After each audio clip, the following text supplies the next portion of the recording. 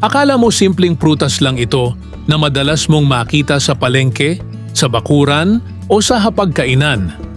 Madalas pa nga, parang hindi na ito pinapansin dahil napakarami nito sa Pilipinas.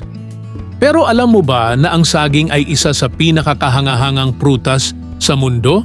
Sa likod ng kanyang simpleng itsura ay nakatago ang mga benepisyo, kasaysayan at kakaibang katangian na maaaring ikagulat mo.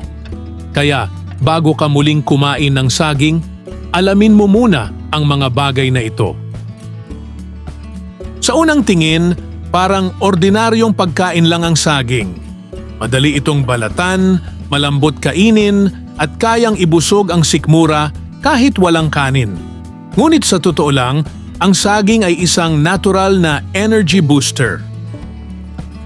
Mayaman ito sa carbohydrates na madaling gawing enerhiya ng katawan.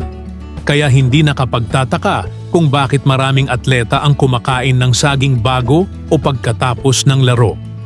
Sa loob lamang ng ilang minuto matapos mo itong kainin, maaari na nitong bigyan ng lakas ang iyong katawan. Hindi lang yan, ang saging ay kilala rin sa taglay nitong potassium. Ang mineral na ito ay mahalaga para sa maayos na paggana ng mga kalamnan at puso. Kapag sapat ang potassium sa katawan, nakatutulong ito upang mapanatili ang normal na tibok ng puso at makontrol ang presyo ng dugo. Kaya sa maraming pag-aaral, madalas na inirerekomenda ang pagkain ng saging bilang bahagi ng isang balanseng pagkain para sa kalusugan ng puso. Bukod sa potassium, may taglay din itong bitamina B6, bitamina C at dietary fiber.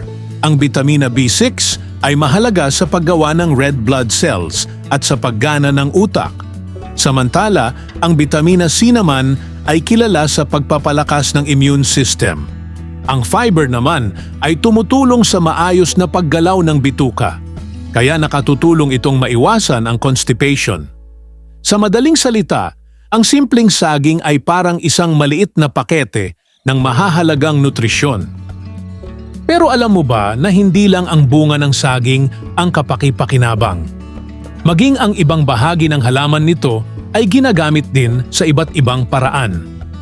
Sa Pilipinas, ang dahon ng saging ay karaniwang ginagamit na pambalot ng pagkain tulad ng suman, bibingka at iba pang tradisyonal na putahe. Hindi lang ito nagbibigay ng kakaibang aroma sa pagkain, nakakatulong din itong panatilihing sariwa ang pagkain. Ang puso ng saging o mas kilala bilang banana blossom ay isa ring masustansyang gulay. Madalas itong gawing sahog sa mga ulam tulad ng ginataan o salad. Mayaman ito sa fiber at iba't ibang nutrients na makatutulong sa kalusugan. Sa ibang lugar naman, ginagamit pa ang hibla ng puno ng saging upang gumawa ng tela, papel at iba pang produktong pang-industriya. Dagdag pa rito, alam mo ba na maging ang balat ng saging ay maaari ring magamit sa kapaki-pakinabang na paraan? Sa ilang lugar sa mundo, ginagamit din ang balat ng saging bilang pagkain.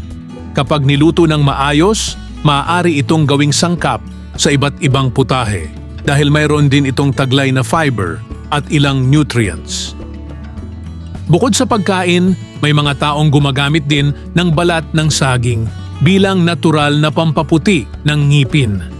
Ang ginagawa nila ay dahan-dahang ikinukuskus ang loob ng balat ng saging sa ngipin sa loob ng ilang minuto. Ayon sa ilan, nakatutulong daw ang mga mineral na taglay nito tulad ng potassium at magnesium upang makatulong sa pagpapaliwanag ng kulay ng ngipin.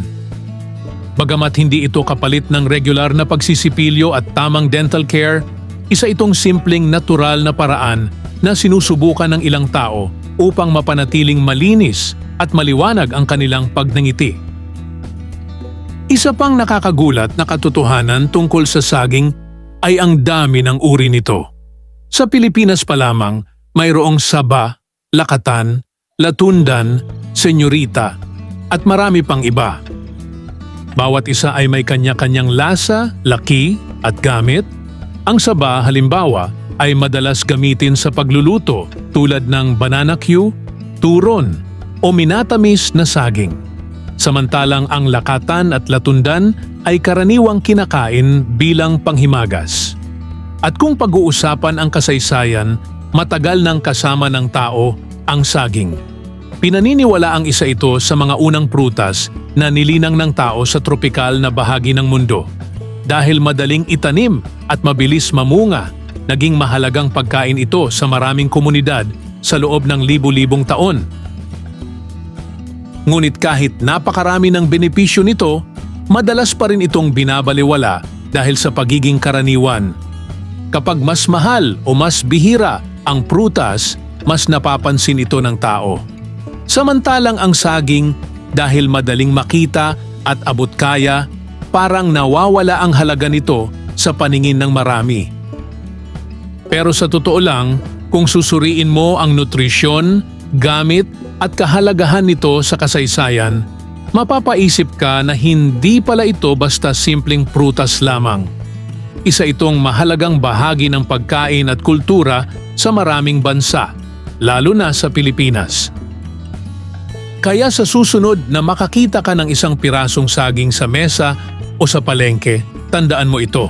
Sa likod ng simpleng balat at karaniwang anyo nito ay nakatago ang isang prutas na puno ng enerhiya, sustansya at kasaysayan. At doon mo masasabi na ang prutas na akala mo ay simpleng pagkain lang ay isa palang napakahalagang biyaya ng kalikasan. Minsan, ang mga bagay na akala nating pinakaordinaryo, sila pa pala ang may pinakakahangahangang kwento. Kung nagustuhan mo ang bidyong ito, subscribe na at i-click ang notification bell para sa iba pang mga video.